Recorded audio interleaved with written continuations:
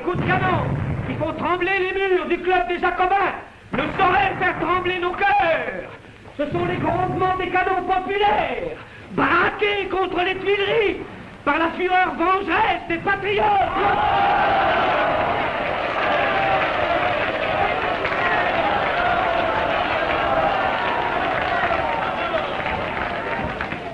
Citoyen président, les Suisses ont tiré sur le peuple et les aristos viennent de charger dans les jardins du Carrousel. Comment? C'est impossible. Mais alors, les sections? Les sections, elles ont foutu le camp comme des lapins, avec les Suisses à leurs fesses. Il faudrait négocier avec ces mercenaires. Ben c'est ça. Vas-y leur faire un discours, toi. Ils te répondront. Citoyens, qu'on fasse venir les canons du Pont-Neuf et les pièces de 8 qui sont au feuillant. Deschaux, Closier, Ramette, partagez-vous cette mission. Très bien. Qu'un Jacobin se rende à l'hôtel de ville auprès du général Santerre. Je propose mon retour. Il siège à l'Assemblée. Alors qui? Mais toi, citoyen Fouché, Moi? il n'y a pas une seconde à perdre. Mais suis-je bien digne de cet honneur?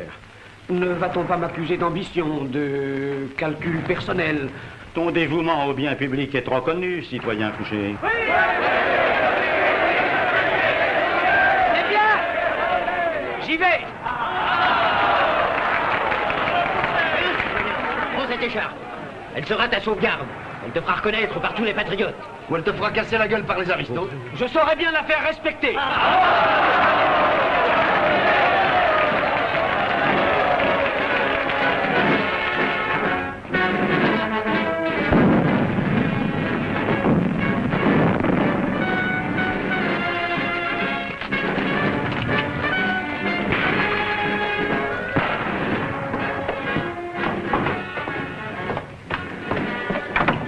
Nanette!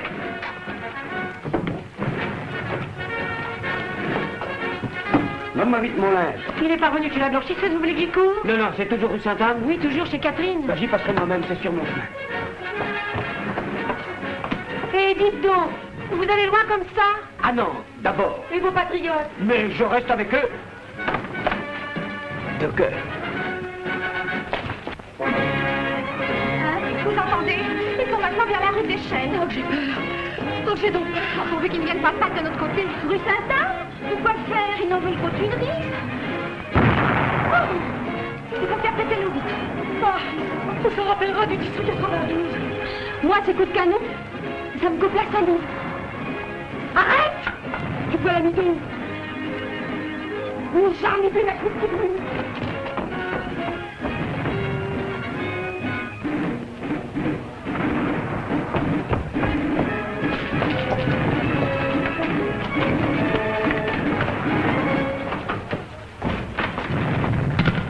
La citoyenne Catherine n'est pas là? Non, elle vient de faire un saut au syndicat. C'est les Tuileries, en pleine bagarre. Elle est bien. Elle court après les aristos, les roquefeuilles qui lui doivent 15 écus. Si elle n'a pas de plomb dans la tête, ça n'est pas une raison pour aller en chercher là-bas. Vous la connaissez? Oui, enfin son argent, ça la regarde. Moi, donnez-moi vite mon linge. Il doit pas être encore passé. Je le prendrai comme il est, je suis pressé.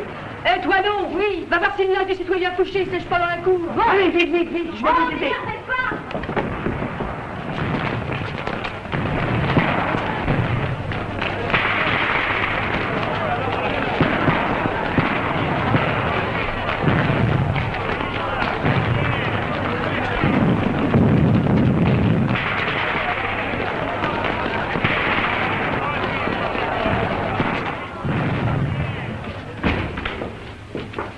Ah, mes petites chattes. Quelle histoire. Alors, patronne, ça chauffe? Si, ça chauffe. Donne-moi un verre d'eau, tiens. Alors, vous en venez? Tiens, citoyen Fouché, si j'en viens. Et que se passe-t-il là-bas? Ah, il s'en passe de drôle. Les aristos se débinent comme s'ils avaient le feu aux dernières. Paraît même que les Suisses foutent le camp. Vous êtes sûr de ce que vous racontez? Ben, j'étais aux premières loges pour y voir. Ce que vous me dites là est extraordinaire. Allez, mes petites chattes, à vous faire. C'est pas une raison parce qu'il y a une révolution pour plus travailler. Ce que vous faites avec ce linge sur le bras, C'est le mien. ben, vous allez pas l'emporter comme ça. Je vais vous y donner un petit coup de fer. Vous avez bien 5 minutes tout de même. Oh. Maintenant, j'ai tout le temps.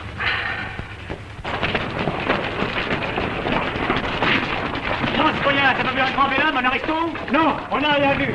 Ah, tu as pu passer. Il avait pourtant les plans dans l'œil, le typhon. Un tour sur lui-même qu'il a fait quand tu as tiré, sergent. Et que j'avais du soleil dans l'œil, sans ça je ne le ratais pas. Il a dû se réfugier dans ces coins-là. Il ne pouvait plus aller bien loin. Bon, on va sur le côté de maison. Toi, Victor, avec 2 hommes, prends notre côté-là. Vous autres, suivez-moi, allez en avant.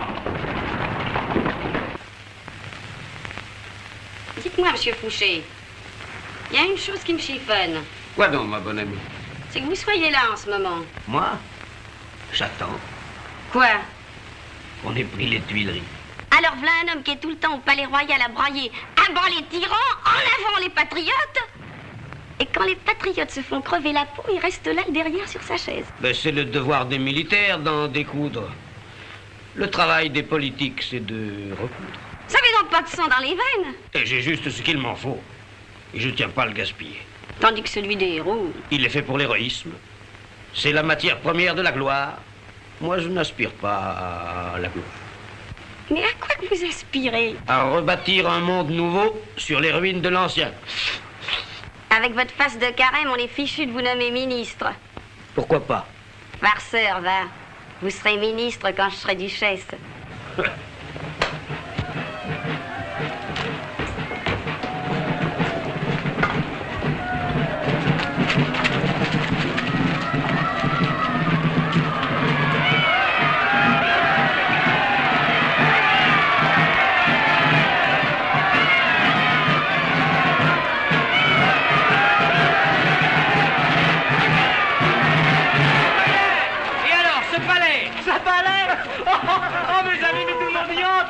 C'est une cohue. On discute, on crie, on danse, on chante, on s'embrasse, on casse tout. Il y a entré? Faites des premiers en battant la charge. Non mais alors si je comprends bien, tout est terminé. Et puisque je vous le dis depuis 1 heure. Mais j'aime l'entendre de la bouche d'un vainqueur. Maintenant, il ne faut pas que cette allégresse populaire m'empêche d'accomplir les devoirs de ma charge.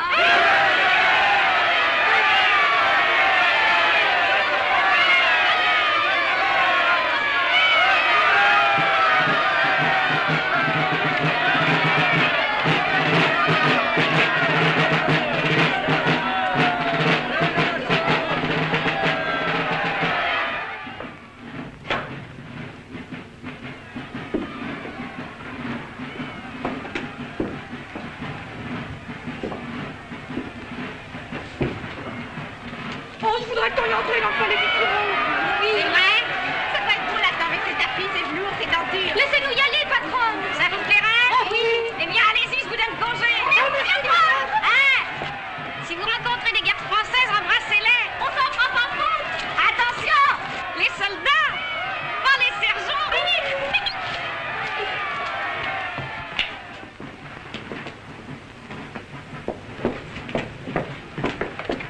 Mais qu'est-ce que vous faites là, vous? Au nom du ciel, ne criez pas. Mais je crierai bien si je veux. Ils ont perdu ma trace. Je me suis jeté au hasard dans cette cour. Je suis le comte de Neipperg. Pensez tout de même pas que je vous avais pris pour un sans-culotte. J'ai pu m'échapper des Tuileries. Des Tuileries? Il n'y a pas de quoi se vanter. Oh, je suis entre vos mains, mais... Mais il est blessé, il reste là à me tenir des discours. Allez, venez, appuyez-vous sur moi.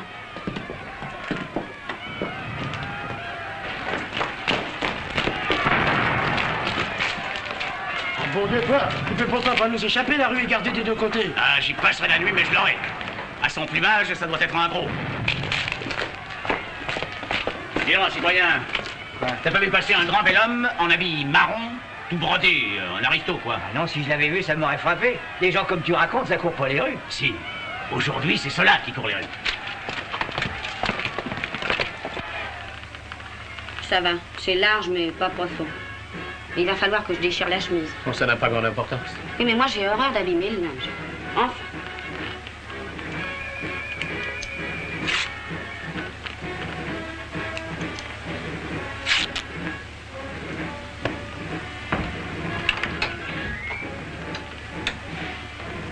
L'alcool, il n'y a rien de mieux pour arrêter le sang. Et je vous flanque pas du 3-6, hein. C'est du vieux kirsch de la forêt noire. Tenez.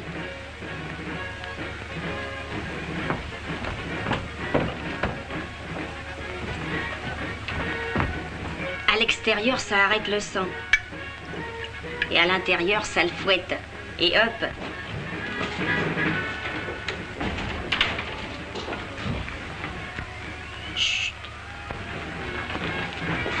Il n'y a personne?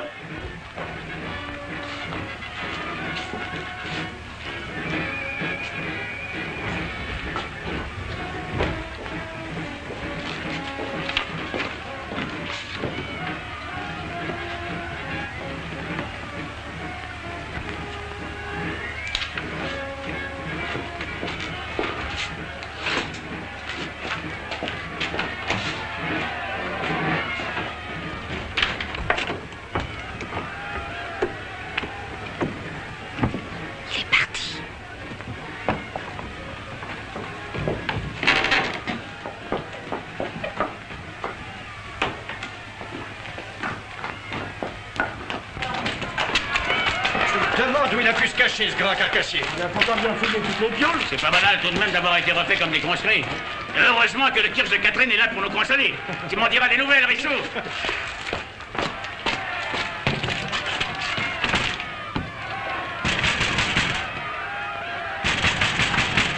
Mais elle s'est envolée, ta promise. Mais elle est certainement là, voyons. Catherine! Catherine! On est encore refait. Moi, je m'en fous, j'aime pas le Kirsch.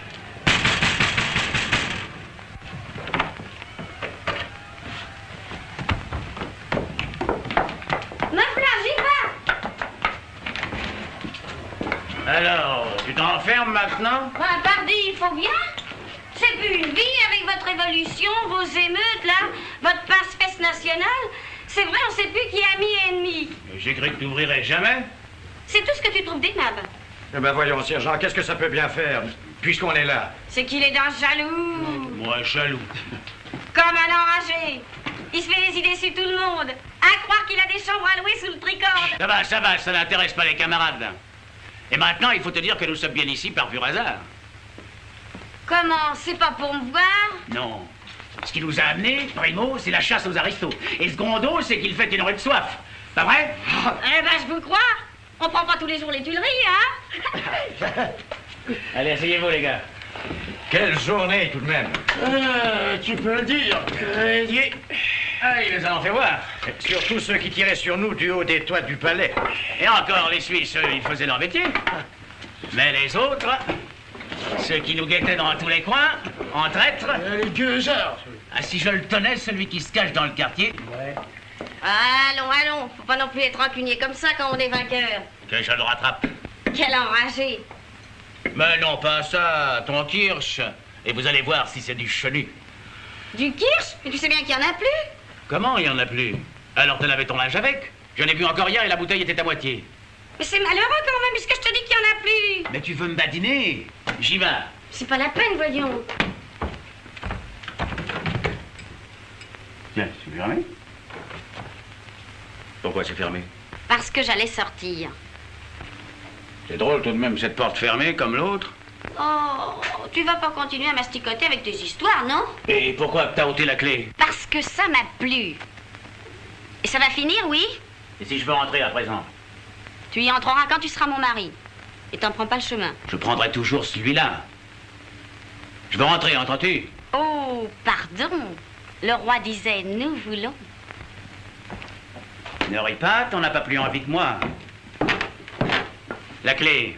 Non.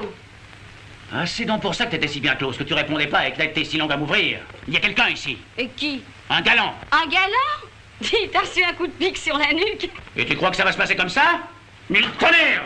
Je te défends! Ah, coquine, je l'aurai malgré toi, la clé. Veux-tu me laisser? Veux-tu? Alors quoi? Alors, fichez-moi la paix, vous autres. Ah, sauvage, tu me fais mal. Je la tiens.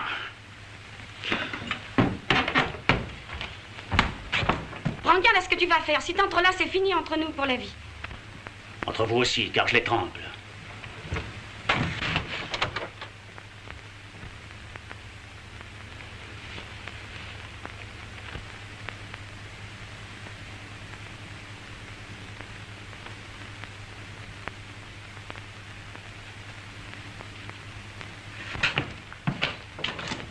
Eh bien, qu'est-ce qu'il y a? Il y a... S'il est permis de s'afficher du monde à ce point-là, il y a personne. Personne? Maréchal. C'est une leçon qu'elle te donne. Il a été bien appris. Eh bien, mon vieux, tu as fait une belle affaire. Tâche de raccommoder ça. Je vais essayer. Ah ben, laisse-le faire. Il n'a pas besoin de toi pour faire chauffer la colle. Allez, au revoir, sergent. Au revoir, citoyenne.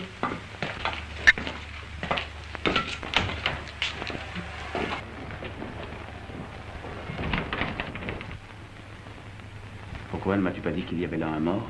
Un mort? Il est mort? Oui. Oh mon Dieu. Tu es sûr? Sûr. D'ailleurs, avec une balle dans le flanc. Pauvre garçon. Vu que ça nous porte pas malheur. Je pouvais pourtant pas le jeter dehors, à peine s'il tenait sur ses jambes. Tu ne le connais pas? Mais d'où que je le connaîtrais? Il m'a dit qu'il s'appelait le comte de Népergue. Je sais rien de plus. Qu'est-ce que t'aimes regarder? Je regarde si tu mens. Moi? Après tout, ce blessé qui se réfugie chez toi, c'est peut-être aussi bien ton amant. Un aristo? Mon amant? Et toi? Tu t'entendais? À présent qu'il est mort. C'est... qu'il ne l'est pas. Tu disais ça? Pour être sûr. Et c'est fait. Parce que la jalousie peut te rendre ficelle. Mais dis, tu vas pas lui faire de mal maintenant. Je n'ai pas l'habitude d'achever les blessés, non. Ce que je cherche, c'est le moyen de le faire décaniller d'ici sans risque. Bien sûr. Et quand je dis sans risque, je pense à nous, tant qu'à lui. Mon grand, t'es un brave cœur. Est-ce que je t'aime? Catherine, j'ai une idée. Continue à le soigner. Je reviendrai à la nuit avec Bertrand le voiturier. Prépare le panier pour le gros linge. Tu ne crains pas? Laisse-moi faire. Alors, tu ne m'en veux plus? T'en vouloir? Dis plutôt que je te veux.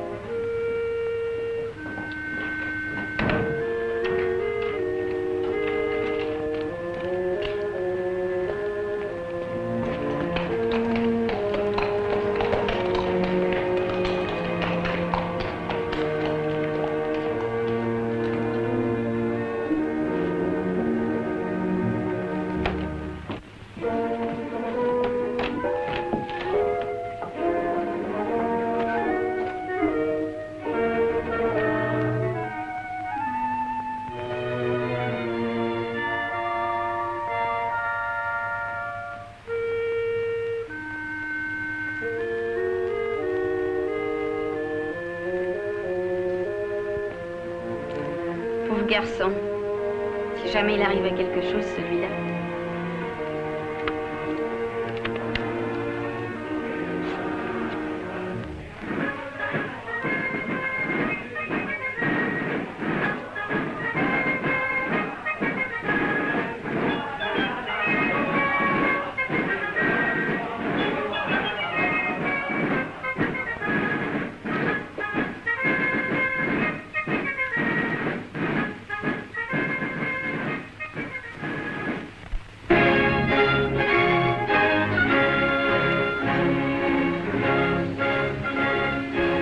L'empereur de Russie désire la guerre. À sa guise, il l'aura. Je lancerai s'il le faut 1 million d'hommes sur le Niémen. Mais toute l'action diplomatique du tsar, vous la comprenez, messieurs les maréchaux. Il veut avoir la Suède pour allier contre moi. Les courriers de ce matin me le confirment. Or, la neutralité de la Suède est nécessaire, mes plans militaires. Vous me suivez, messieurs? Le duc de Vibord arrive aujourd'hui à Saint-Cloud. J'attache la plus haute importance aux accords diplomatiques que je vais négocier avec lui.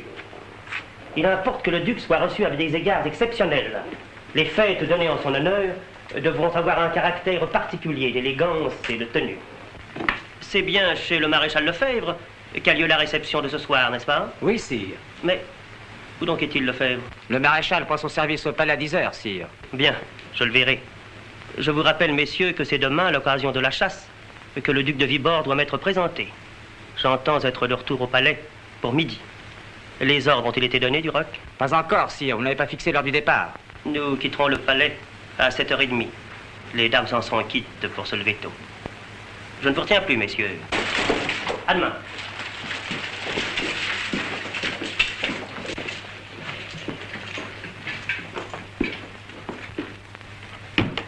Soyez bref, monsieur le ministre de la Police. Je n'ai à communiquer à votre majesté que des informations sans grande importance. On a manifesté hier, rue Saint-Honoré. La raison? Je ne la sais pas encore, sire. Une enquête rapide et s'il y a lieu, des sanctions. À la Comédie Française, Talma a été longuement acclamé dans Cinna. La représentation a été interrompue pendant 2 minutes. Il est juste de dire que Talma s'était surpassé. Je ne vous demande pas vos impressions de théâtre, monsieur Savary. Ah bien, si. En ce qui concerne l'enquête au sujet de M. de Neyperg, je rends compte à votre majesté que mes services n'ont rien relevé de suspect contre ce personnage. Et sa correspondance? M. de Neyperg n'a pas envoyé de lettre depuis 1 mois. Je suis heureux pour M. de Neyperg de ce que vous venez de m'affirmer. C'est tout? Sire, j'ai l'honneur de communiquer à votre majesté la traduction d'un article du Times. À l'endroit que j'ai marqué au crayon bleu, il est question des sœurs de votre majesté. Bien, je lirai l'article. Je dois aussi informer votre majesté d'un incident survenu hier à la réception chez son Altesse le Prince de Cambacérès. La maréchale Lefebvre a tenu certains propos concernant les sœurs de votre majesté. Où faites, monsieur, où faites de vous traîner? Madame la maréchale Lefebvre a fait allusion au manque de linge qui caractérisait la famille Bonaparte avant enfin, à l'époque où... C'est bon, monsieur. Ce n'est d'ailleurs pas la première fois qu'on me rapporte les écarts de langage de la maréchale. Mais au fait, quelles sont les origines de cette dame? La maréchale Lefebvre est une ancienne commerçante, sire. Elle a autrefois tenu boutique dans le quartier Saint-Honoré. Le maréchal ne l'a épousée que quand il était sergent. Depuis le temps, elle aurait dû polir ses manières. Dans tous les cas, je verrai le faire. Cette fois, c'est bien tout? Oui, sire. Je vous remercie.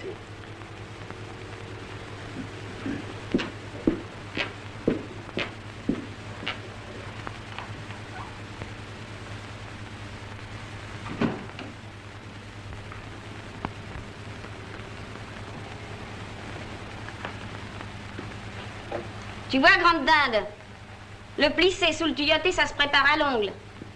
Puis ça se glace au fer. Seulement voilà, faut appuyer. Quand j'étais apprentie, si j'avais travaillé comme toi, on m'aurait flanqué à la porte. Si Madame la Duchesse veut bien me laisser finir. Non, non, laisse. Le maréchal aime pas les plissés qui frisent et les tuyautés qui gondolent. Madame la Duchesse. Quoi encore? C'est Monsieur le Roi, le costumier de l'impératrice. Qu'il entre. Là, c'est fait. Je vais la porter à Jasmin. Eh, la chiffonne pas.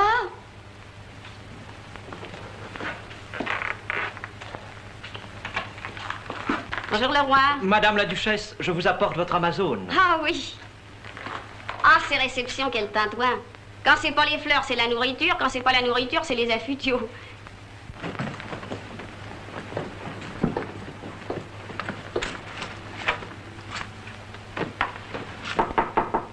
C'est toi, Jasmin. Entre.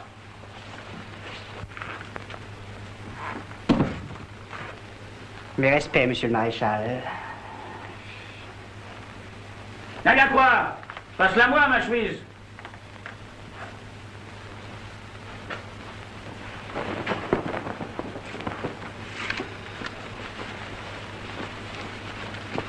Mais alors, tu veux que je passe les 2 bras dans la même manche? Tu peux pas regarder ce que tu fais? Que monsieur le maréchal veuille bien m'excuser. Tu n'as jamais vu un homme à poil? Mais... Tu n'as pas fini de faire ces mines dégoûtées? Qu'est-ce qui t'offusque? Ma peau, c'est du cuir solide.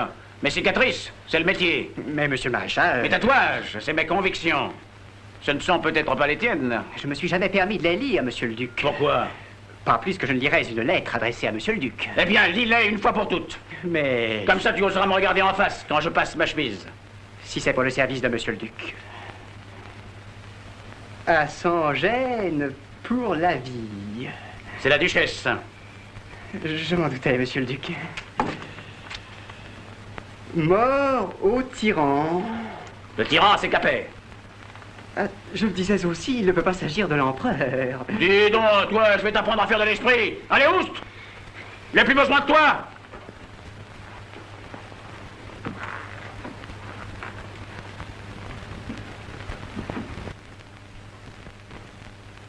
Voilà une Amazone qui tombe à ravir. Oui, je comprends. Et c'est cette gradine de queue, là. Elle est d'une longueur. C'est pour le draper. Le draper, cela habille une femme. Et puis à cheval. Ça habille le cheval. Quant au Spencer de Madame la Duchesse, il est charmant, minuscule. Oui, une fois il y en a trop, l'autre fois il n'y en a pas assez. Déjà, on s'empêtrait dans le manteau de cour, mais alors avec ça, à pied ou à cheval, il y a de quoi de se casser la figure. Mais alors là, comment que tu me trouves ça, sincèrement? Parfait, parfait. La chute est harmonieuse, les lignes sont nobles. Oui, enfin, faut pas être dur. Sans éducation, vraiment. Monsieur Jasmin.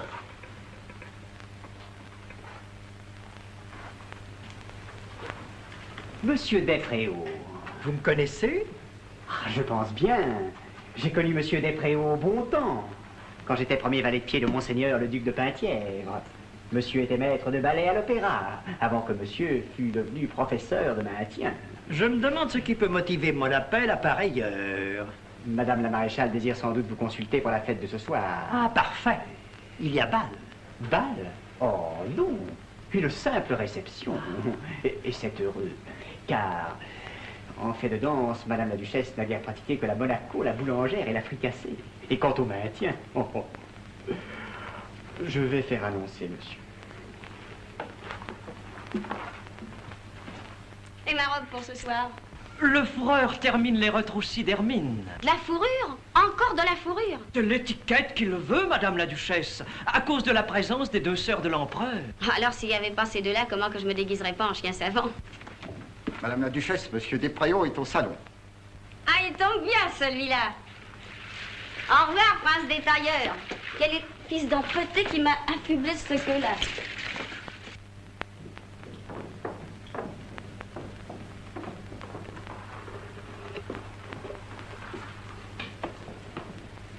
Bonjour, monsieur Despréaux. Ça va-t-il comme vous voulez? Grâce à Dieu, Madame la Duchesse. C'est bien vous qui avez épousé la Guimard? Madame la Duchesse l'a connue? Ah, je pense bien que je l'ai connue. En voilà une qui avait du beau linge. Dis donc, toi. Va donc voir si ce cordonnier de malheur se fiche pas de moi de ne pas me livrer mes coturnes. Je ferai remarquer à Madame la Duchesse qu'à cette heure, il serait surprenant que je puisse. Oh, que je puisse. Prends garde d'avaler ta langue. Je veux dire que pour le trouver... Faut tricoter des jambes. Allez, oust, et plus vite que ça. Je te laisse courir, moi, les puces. Je peux pas le souffrir, cet enfariné-là. Ah, dites donc, monsieur Despréaux, c'est pas tout ça, je suis dans mon coup de feu. Je reçois tantôt une bande d'altesses, de duchesses, de princesses, et les deux sœurs du petit tondu. Deux sucrés qui peuvent pas dire bonjour sans se passer les lèvres en cul de poule et se tortiller du reste. Il faut que je leur fasse des révérences, des salutations et tout le tremblement. Alors que je me suis dit, ben Despréaux, c'est son affaire à cet homme-là, toutes ces sageries-là. Trop heureux. Madame la Duchesse, c'est Monsieur Coq. Le cordonnier? Faites entrer. Et l'autre andouille qui court après.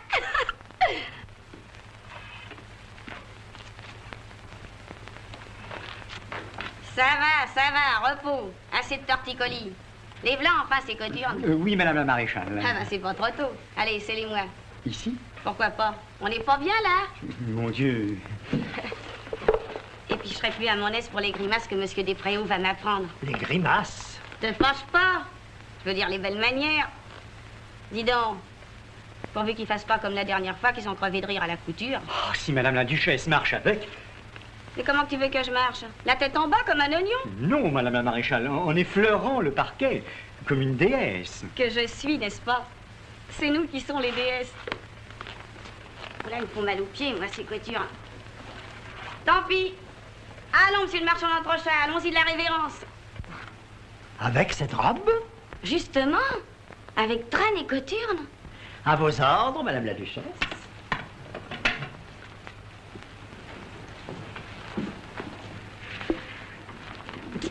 Voyons le salut d'abord.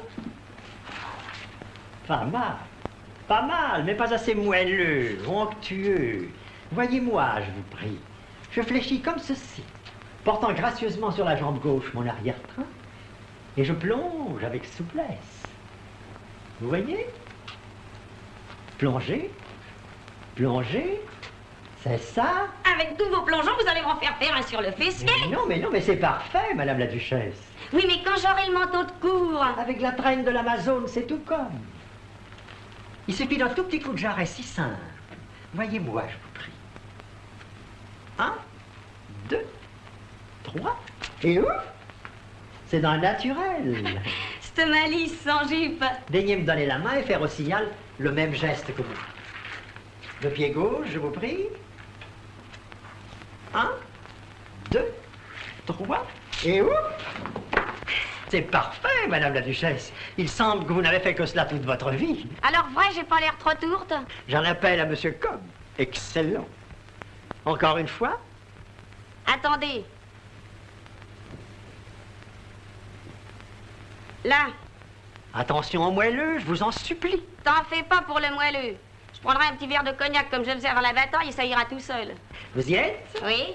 Et partons du pied gauche. 1, 2, 3, et oui. Et je te pivote autour du popotin.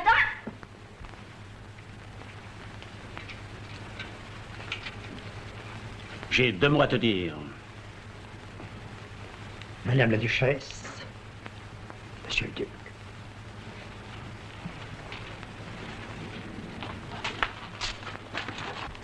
Dites donc, les amis, vous penserez à moi si le coup de 8 heures quand je ferai la planche devant les Altesses.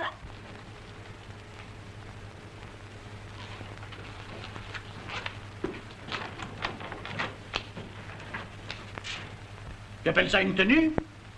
Quelle tenue? Mais celle-là, nom de nom. Je répétais. Jupe retroussée. Oh. Et ton langage. Et je te pivote autour du papatin. Enfin, es-tu duchesse, oui ou non? Tonnerre de Dieu, tu ne peux pas prendre le langage de la cour? Ah, tu l'as, toi, le langage de la cour. Je suis un soldat, moi. Et puis, en public, je ferme le bec. Et je pèse mes mots. Ah, et moi donc? Toi? Ah, parlons-en. C'est comme hier, chez Cambacérès. Tu avais bien besoin de faire cette réflexion à propos des sœurs de l'empereur? Ah, celle-là, alors. De chippies qui n'ont jamais pu me souffrir. De pécores qui, sans l'empereur, sont encore dans leur île à rabrouder leurs bas et à souper de pois chiches et d'eau claire. Ah, je t'en prie. C'est parce qu'elles sont allées raconter à l'empereur Quoi donc? qu'il avait eu bien tort de faire duchesse une créature que tout le monde avait pu voir blanchissant des chemises. Pendez-leur que j'ai répondu, parce qu'en ce temps-là, elle n'en avait pas. Encore? Eh ben, c'est pas vrai. J'aime pas qu'on m'astine. Reine, elles le sont, comme moi, je suis duchesse.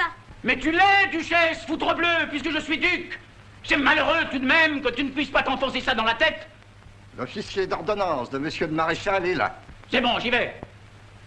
Alors je t'en supplie, Catherine, tâche de te surveiller. Fais un effort. Il faut que ce soir, tout se passe bien. Ça, comme réception, tu peux compter sur moi. Les sœurs de Buonaparte en resteront sur le carreau. Je t'en demande pas tant. Allons, à tout à l'heure. Je vais le tenir, mon rang, mon joli. Mais faut pas qu'on me chatouille la jugulaire, sans ça. Catherine.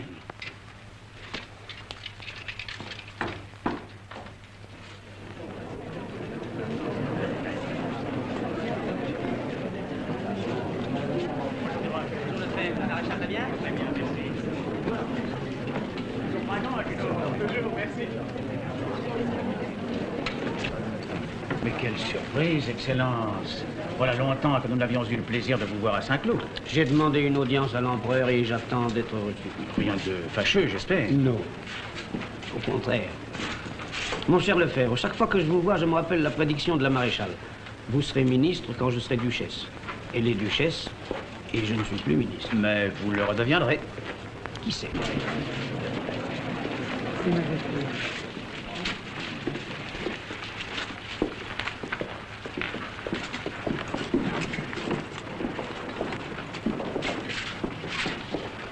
Que Sa Majesté Son Altesse Impériale daigne s'asseoir un instant.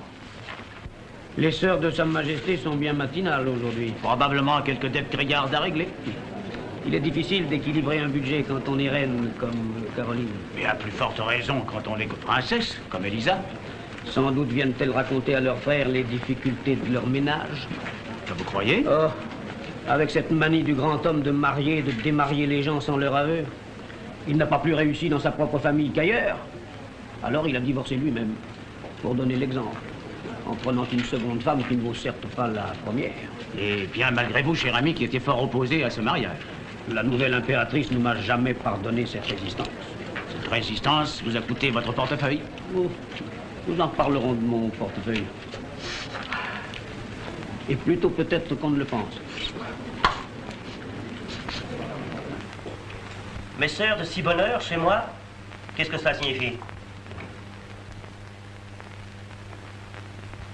Sire, nous venons vous demander une faveur qui, nous l'espérons, ne nous sera pas refusée. Laquelle? Mais allons vivement. Dispensez-nous, sire, d'aller à la soirée d'aujourd'hui chez la maréchale Lefebvre. Et pourquoi cela, je vous prie? Ce n'est pas cette réception qui rehaussera notre prestige. Plaît-il? Sire, cette lavandière que vous avez eu la bonté de faire duchesse de Danzig est impossible à fréquenter. Elle s'est permis sur notre linge des réflexions d'une vulgarité. C'est outrager votre majesté de traiter vos sœurs de la sorte. Et on se demande vraiment ce que l'empereur attend. L'empereur attend que vous vous taisiez. Et ce n'est pas à vous à lui rappeler le respect qui vous est dû, dont il a souci plus que vous-même. Austin, fais ajouter un frère et préviens le duc de Danzig qu'il déjeune avec moi.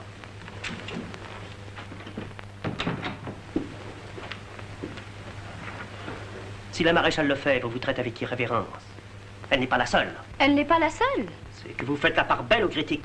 Nous? Tenez, voici la traduction d'un article qui vous concerne. Un article du Times. Il est question de vos querelles publiques, de votre gaspillage éhonté.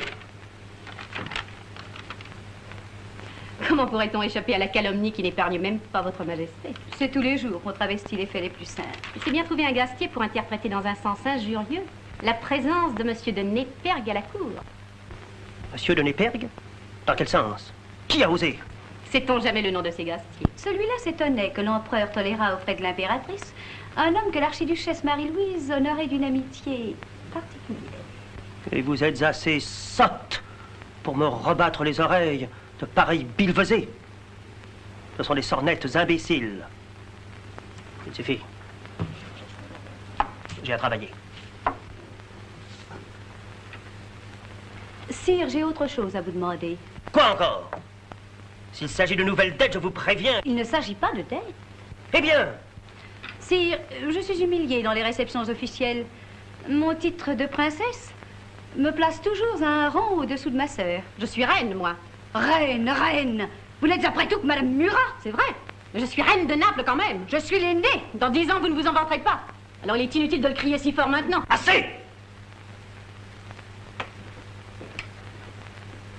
Vous êtes bouffonne en vérité avec vos querelles de naissance, de préséance. Et ne dirait-on pas que nous nous partageons l'héritage du feu roi notre père?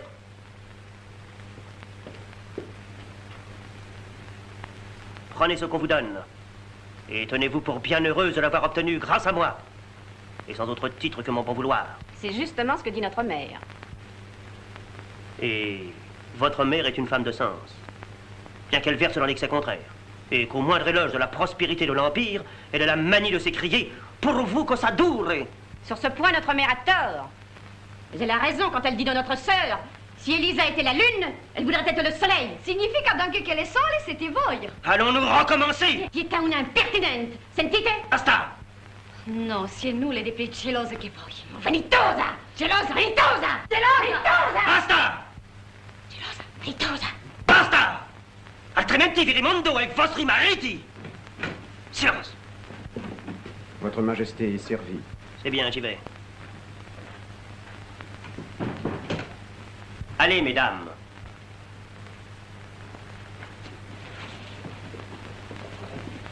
Et soyez ce soir à l'heure dite chez la maréchale Lefebvre. C'est un ordre. Bien, sire.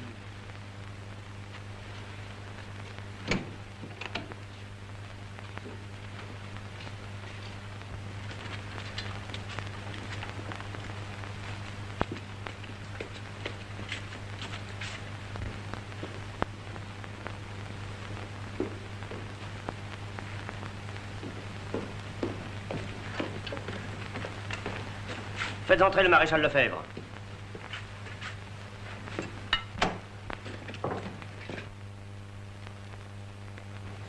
Tu vas déjeuner avec moi. Assieds-toi. Maintenant, servez-nous.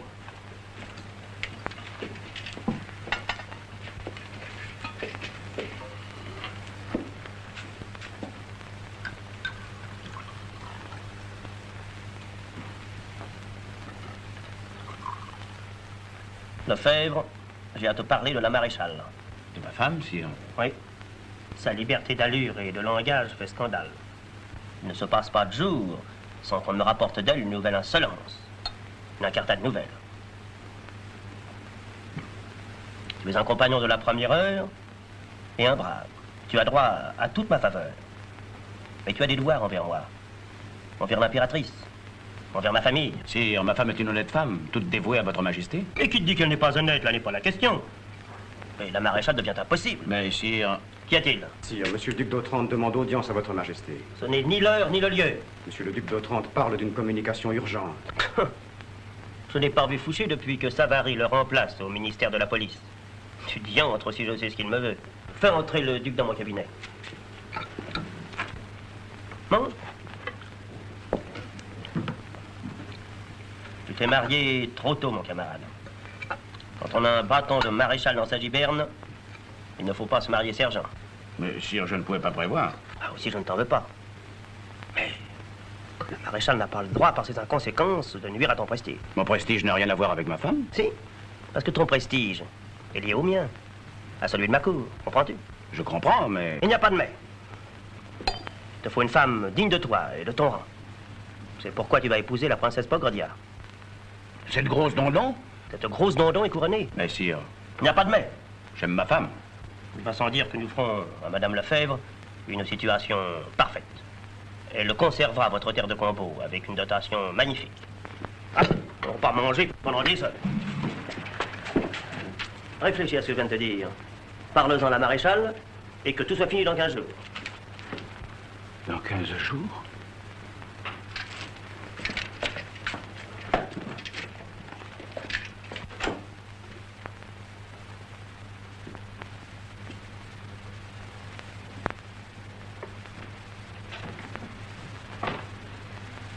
Sire, daignez m'excuser, je ne pensais pas interrompre le déjeuner de votre majesté. Parlez. Sire, voici un document qui est tombé entre mes mains, fortuitement, bien entendu. Mais comme il intéresse votre majesté, j'ai cru devoir.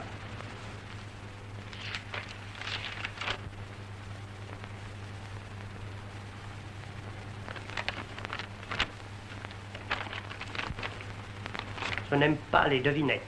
Ce n'est pas une devinette, sire. C'est un calque. Le calque d'une lettre adressée par M. de Neyper au vicomte son frère actuellement à Schönbrunn. Pourquoi un calque et non la lettre? Parce que la lettre authentique, après un court séjour dans mon cabinet, a repris son chemin vers son destinataire. Vous permettez ça?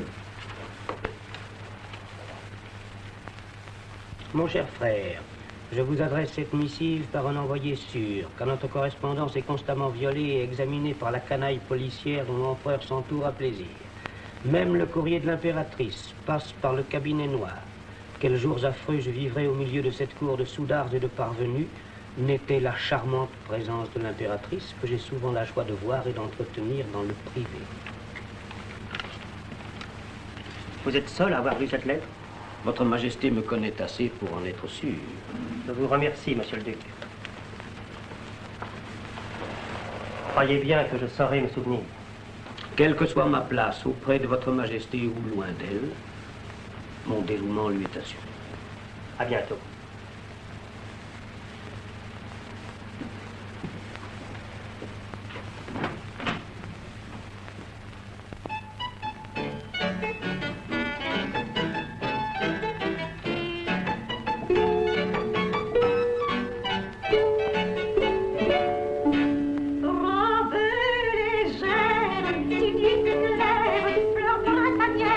Dans les cheveux, pour la coquette,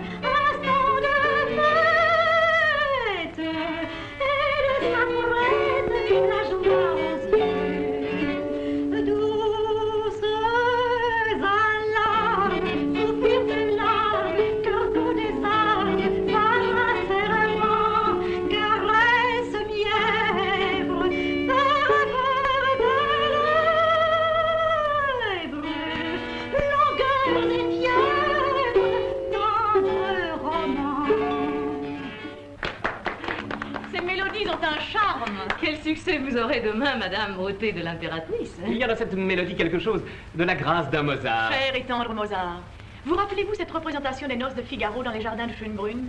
Vous aviez l'air si content de vivre que je vous ai surnommé ce jour-là le chevalier sans souci. Quelle mémoire vous avez, madame. Vous étiez une toute petite fille à cette époque. Oui, mais j'étais bien fière. Je portais une résille qui me donnait l'air d'une grande dame. Ah, ces souvenirs d'enfance.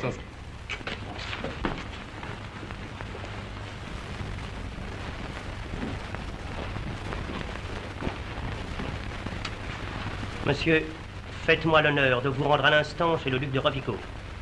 Mon ministre de la police a une communication importante à vous faire. Une communication officielle, sire? Officielle. Madame, que votre majesté daigne m'excuser si les devoirs de ma charge me privent, bien à regret, des charmes de l'amitié. À bientôt, monsieur de Nepperg.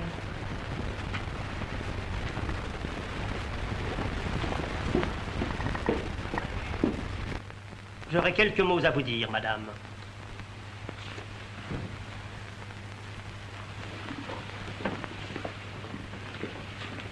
Je regrette d'avoir interrompu une conversation bien plaisante.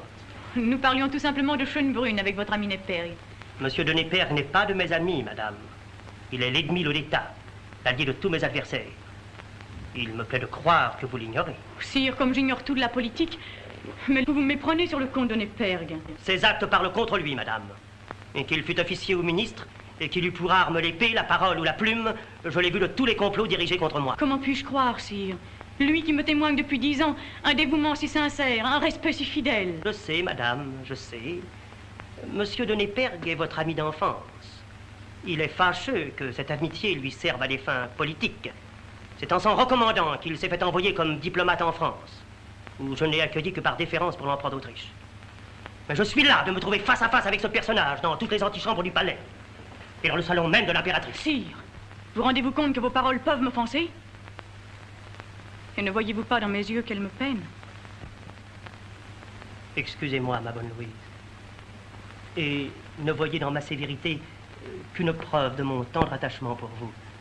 L'amour est quelquefois injuste, mais il est toujours exclusif.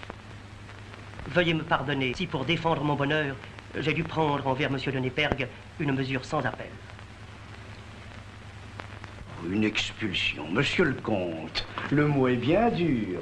Non, il s'agit plutôt d'un conseil de quitter la France. D'un conseil impératif. Et ne jouons pas sur les mots. Et quand dois-je partir? Sa Majesté ordonne, enfin, elle désire, que vous partiez sur l'heure. C'est bien, je partirai demain matin. Donc, Sa Majesté a spécifié sur l'heure. Je ne pourrais pas prendre congé de mes amis? De l'impératrice? Hélas, monsieur le comte. C'est bien, monsieur. Je vous remercie. Adieu, monsieur le comte.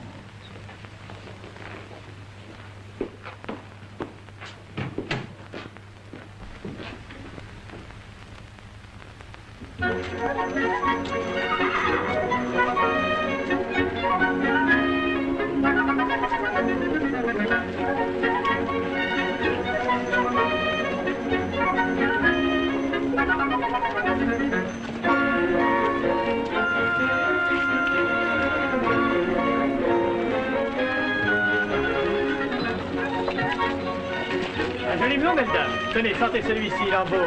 Sans la pipe, mon petit vieux. Laisse-moi les choisir toute seule. Mon habitude. T'en fais pas pour moi, j'ai fait le marché avant toi, mon petit père. Madame, elle me pauvrait. Et toi, t'as des melons à pleurer, ils sont verts. Pas celui-ci. D'accord, celui-là, ça va. Tu le cachais par derrière aussi, hein. Ah, dites donc.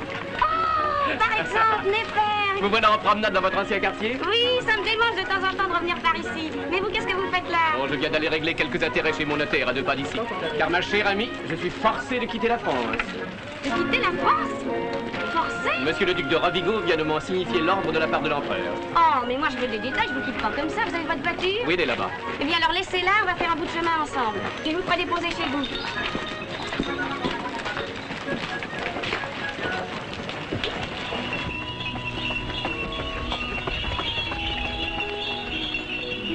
L'empereur, il me hait, et cela suffit. Mentez pas, il y a trop de peine dans Bruxelles pour qu'il n'y ait pas une femme là-dessus. Oui. Oh, je ne demande pas votre secret ni le nom de la personne, je m'en moque. Je veux pas vous laisser faire une folie et j'ai idée que vous en mijotez une et salée. Mais quelle folie! Vous partez? Bien vrai? Dans une heure. Ma berline de voyage est déjà commandée. Et vous vous en allez comme ça, toute go, sans chercher à revoir la personne? Allons, j'ai une vieille amie, moi, on peut tout me dire. Eh bien non, je ne pars pas.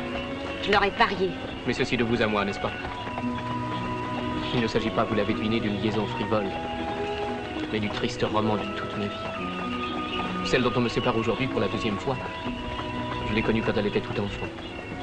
Et nous nous étions bercés de l'espoir que nous étions destinés l'un à l'autre. Jusqu'au jour où ce beau rêve fut cruellement déçu. Par son mariage avec un autre. Un autre, oui. Qu'elle a suivi en France. En France. Madame de Metternich. Oh non, quelle idée. Madame d'Esterhazy. De Rodovesca. Vous qui ne vouliez pas savoir le nom. C'est vrai. Je serais pas femme si j'étais pas curieuse. J'ai pu obtenir d'elle une dernière entrevue pour ce soir. Une femme à son service depuis des années et qui lui est toute dévouée doit me conduire à ses appartements. Si l'empereur apprenait ça, lui qui est si sévère sur ces questions... Puis-je manquer à ce rendez-vous qu'elle me donne? Vous oubliez que vous parlez à un homme qu'il adore. Parle à un galant homme. Il a bien le droit de se perdre à cause d'elle, mais qui n'a pas le droit de se perdre à cause de lui. Et puis ça serait pas honnête. Croyez-moi, les pères, partez. L'amour, ça se soigne par la fuite. Et comme disait Napoléon du temps de Bonaparte, c'est la seule victoire qui se gagne en reculant. Allons, je vois bien, ma grande amie, que vous êtes inquiète et qu'il faut vous rassurer. Oui. Et vous promettre de renoncer à cette folie, comme vous dites. Le promettre et le faire. C'est dit. C'est dit.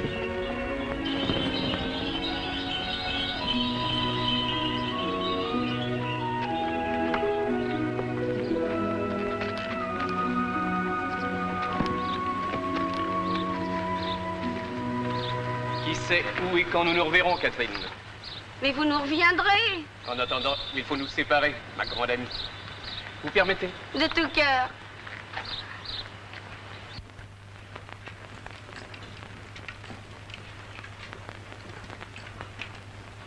Catherine! Tiens, t'es là? Je te croyais de service au palais. Qu'est-ce que c'est que ça? Bastamelon? Alors tu vas faire ton marché à présent? Jasmin! Emportez ça à l'office. Voilà une humeur, qu'est-ce que t'as? J'ai que je viens de dîner avec l'empereur. Et c'est ça qui t'a rendu furieux?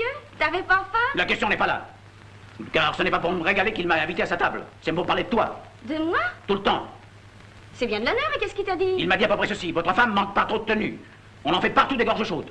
Heureusement que le remède est là, le divorce. Hein? Oui, et il veut que tout soit fini dans 15 jours. Et il t'a dit ça comme ça? Ben oui, comme il l'aurait dit à cheval et en route. Et qu'est-ce que t'as répondu? Ben si tu crois qu'il m'a laissé le temps de répondre. D'autant qu'il t'avait déjà trouvé une remplaçante. Oh, qui? Dis-moi qui? Une princesse, la Pogradia. Oh, je te vois avec cet édredon sur le cœur. Toi qui aimes la sveltesse. Eh ben, voilà ce qu'on va lui dire au petit tondu. Votre château et votre argent, on s'en moque. Moi, j'ai mon Lefebvre et je le garde. C'est pas quand on a aimé un homme dans la gêne, qu'on a trimé et peiné avec lui des années, qu'on a risqué sa peau à ses côtés, pleuré de sa première blessure, qu'on se détache de lui comme ça. Ça nous a rivés l'un à l'autre, ce passé-là. Je te tiens par les deux bras et pour la vie. Entends-tu, misérable? Pour la vie. Attention, tu m'étangles. Allez, dis que tu l'aimes, ta sans gêne, et plus vite que ça. Dis que tu l'aimes comme la v'là, avec ses mauvaises manières. Oh, pour ça. Et en corset, et en jupon. Même sans. Assez, je te pardonne. Je t'en ficherai, moi, des princesses.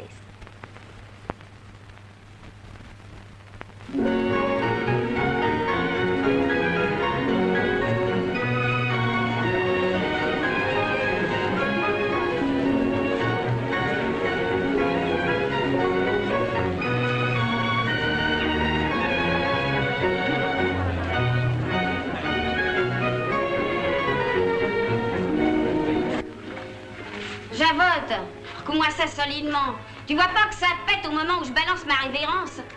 On n'a pas idée aussi de vous coller des soleils sur les épaules. Monsieur le Duc fait prévenir Madame la Duchesse que les invités arrivent. Vas-y dire que je jette un dernier coup d'œil à ma pièce montée. Bien, Madame la Duchesse.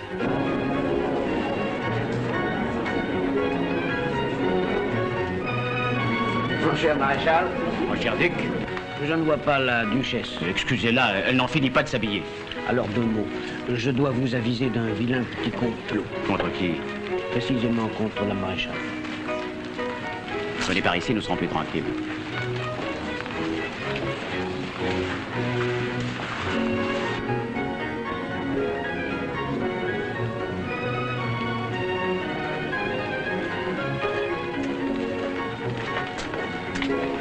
De quoi s'agit-il?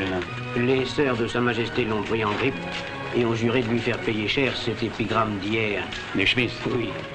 Elles ne viennent ce soir que dans le but de la harceler de raillerie et de lui arracher quelques boutades qui hâtent son départ de la cour. Que la maréchale se méfie surtout de certaines anecdotes que l'on se propose de lui faire conter. Vous savez bien, ce frotteur qui lui avait volé un diamant et qui l'a fait fouiller dans le costume d'Adam. Vous croyez que chez moi, devant moi, elles osent? Elles oseront tout, sûres de ne pas être désavouées par l'empereur. Je vous remercie. Je vais faire demander où en est la maréchale.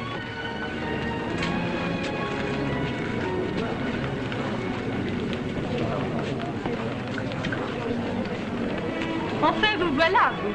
Eh oui, me voilà. Et mes lettres? Je les ai. Toutes? Toutes. Vous êtes un ange. À demain.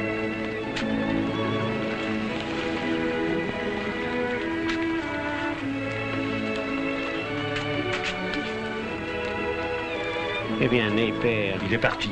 Bon, surveillez le retour. Oui, monsieur le duc. Il n'avait pas mieux à faire que de partir sur le champ. C'est de monsieur de Népère dont vous parlez? Oui, comtesse. Et c'est tout la cause de ce départ? Très grave.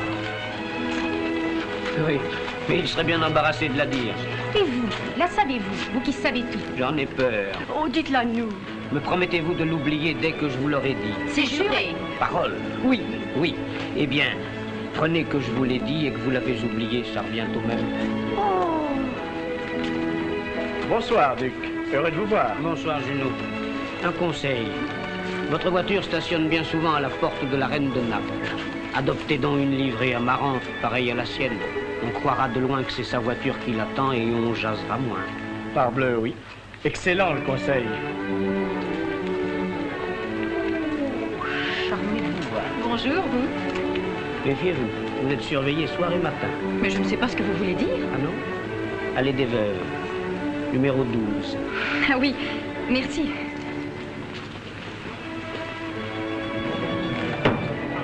Sa Majesté la Reine de Naples, Son Altesse impériale la Princesse de Lucques et de Piombino.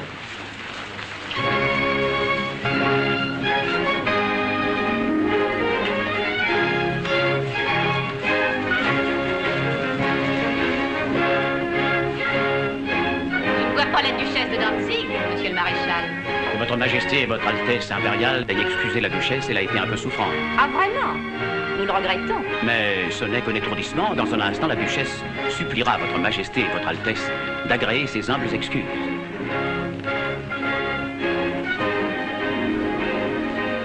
Comment trouvez-vous cette duchesse d'occasion qui ne sait pas que son premier devoir est d'être là pour nous recevoir? Première impertinence, nous les additionnons.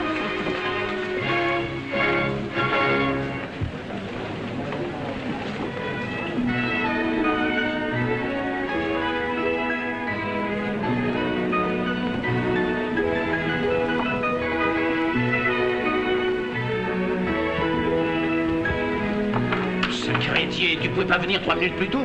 M'en parle pas, c'est cette satanée robe. Excuse-toi, il pèse tous tes mots. Oui.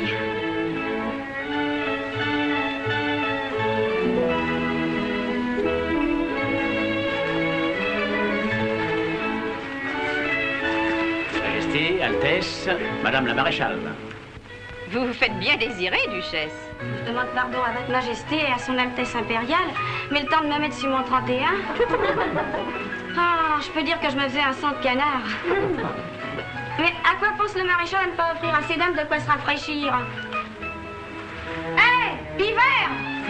Votre maître d'hôtel est donc sourd? Oui, Altesse, il est un peu dur du cornet. Une tournée alors? Sur le comptoir.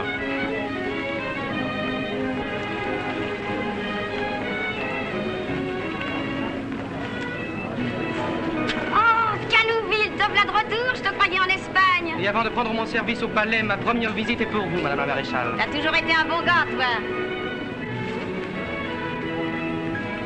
À la tienne. Elle va trinquer. Et elle le tutoie. À la vôtre, monsieur le comte. Elle est stupéfiante. Oui, nature, si l'on veut. Mais le cœur sur la main. Vous permettez? J'ai dit quelques bêtises. Non, non, aucune. Mais ne me perdez pas de vue pendant toute la soirée. Et si je brise, casse-cou. Comment faire pour lui faire raconter l'histoire du diamant? Oh, mais c'est l'enfance de l'art. Votre Altesse n'a qu'à faire une simple allusion au vol de sa bague. Et bon, l'histoire jaillit. Duchesse, s'il vous plaît. Votre Altesse? La tabatière, rappelez-vous. Je désirerais voir de plus près ce diamant qui jette un feu. Mais voyez donc, mesdames, quel éclat! C'est un cadeau de Lefebvre. Serait-ce celui qui vous avait été volé? Par un frotteur! Et figurez-vous qu'il m'a fallu lui faire ôter sa veste! Et alors? Alors? Elle était dans sa bouche, comme une chic. Oh? J'ai eu moins chaud à Danzig en entrant le premier par la brèche. Vous croyez l'aventure plus cocasse? Le monde est méchant, votre Altesse le sait bien. Votre Majesté me fera bien l'honneur de goûter à ces petites lichettes, à ces petits amuse-gueules. Non, merci. Les amuse-bouches ne me disent rien. Et votre Altesse? Ni à moi. Ne trouvez-vous pas, mesdames, que la maréchale a des façons de s'exprimer très originales? Ces messieurs de l'Académie devraient bien noter au vol ces locutions naïves, empruntées au vocabulaire du bas peuple, et qui ne sont guère en usage que chez les écaillères ou les vendeuses du palais royal. Oh, mais ça sent la poudre. Faut pas qu'on masticote ou je griffe. Du calme, du calme, du calme. N'est-ce pas d'ailleurs dans ce quartier, Duchesse, un beau trait, mesdames, que vous ignorez peut-être, que le 10 août, vous avez sauvé monsieur de Népergue en le cachant la nuit dans votre lit? Majesté! Ne bouge pas, ça me regarde. Votre Majesté veut dire que je l'ai recueilli blessé en plein jour et dans ma chambre. L'hospitalité du lit, je laisse ça plus grande que moi qui n'y reçoivent que des gens bien portants. Monsieur de Népergue était donc bien avisé en se réfugiant cette nuit-là dans... Dans ma boutique, oui, Majesté. Car en ce temps-là, n'est-ce pas, vous étiez... Blanchisseuse, oui, princesse. Et je m'en cache pas. Si je parle le jargon du peuple, c'est que j'en suis du peuple, et en belle compagnie encore. Avec Marcella, qui était marchand d'huile, Besquer, perruquier, Ney, tonnelier, Lannes, teinturier, et le brave Murat, présentement votre époux, qui était valet chez son père aubergiste, si bien que de ceux qui l'appellent aujourd'hui Majesté, beaucoup ont pu lui crier autrefois « Hé, garçon, change donc mon assiette et pense moins de mistier !» Vous avez l'audace. Remisez votre tabac. Il n'y a pas de honte à ça. C'est bien leur mérite d'être partis de si bas pour monter si haut, par la seule force de leur vaillantise et des services rendus à la patrie. Et dans ce palais où nous voilà, il y en a qui sont bien lâches de renier leurs origines et de rougir du passé. Sans oublier son passé, il faudrait du moins ne pas être duchesse avec un langage de poissarde et maréchal de France avec des façons de vivandière. J'ai été aussi, sauf votre respect. L'éducation de la boutique s'est complétée par celle de la cantine où l'on trinque avec des troupiers. Et du bivouac où l'on couche au milieu d'eux sur la paille. Et encore quand il y en a. Mais c'est bien à vos Altesses à me reprocher cette vie-là. Vous dites? Je dis bien haut. J'ai dormi sur la dure avec ces troupiers-là. Plus respectueux que vos majestés pour la femme que je suis et le nom que je porte. J'ai roulé du Rhin au Danube sous la pluie, la neige et les balles, ramassant les blessés, consolant les mourants, fermant les yeux aux morts. Et rien qu'en versant la goutte à nos soldats qui vous gagnaient un royaume, moi, simple vivandière, j'ai plus fait pour votre couronne que vous-même, qui n'avez eu que la peine de la ramasser dans leur sang. Un mot de trop, duchesse, que vous regretterez. Pas plus que les autres. C'est ce que nous verrons. L'empereur va être immédiatement informé. Sortons. Se croirait au carreau des Halles.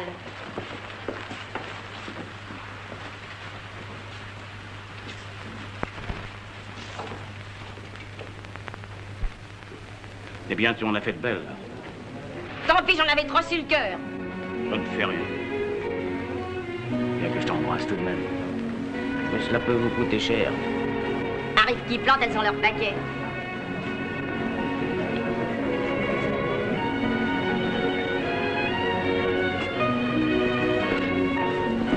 Bravo, Madame la Maréchale. Très bien. Viva. Merci.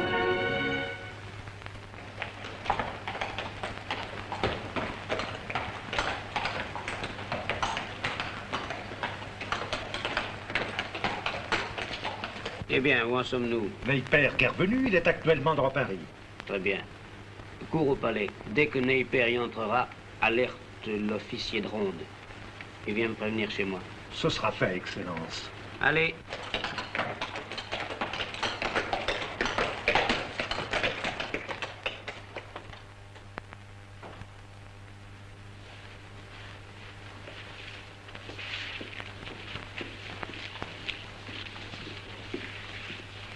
L'empereur m'a fait demander. Oui, Madame la Duchesse. Malgré l'heure tardive, Sa Majesté a désiré vous voir immédiatement. Je m'y attendais. Elles n'ont pas perdu de temps, mes invités.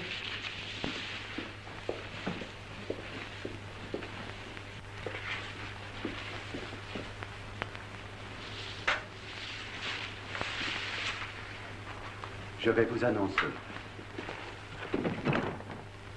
Sire, Madame la Duchesse de Danzig est aux ordres de votre Majesté. Quel ordre?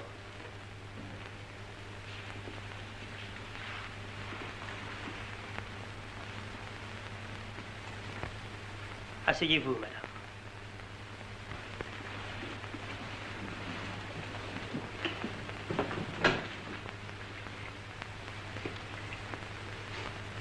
Alors, c'est un parti pris. Et ce que je savais de vous ne suffisait pas. Il fallait encore vos frasques de ce soir.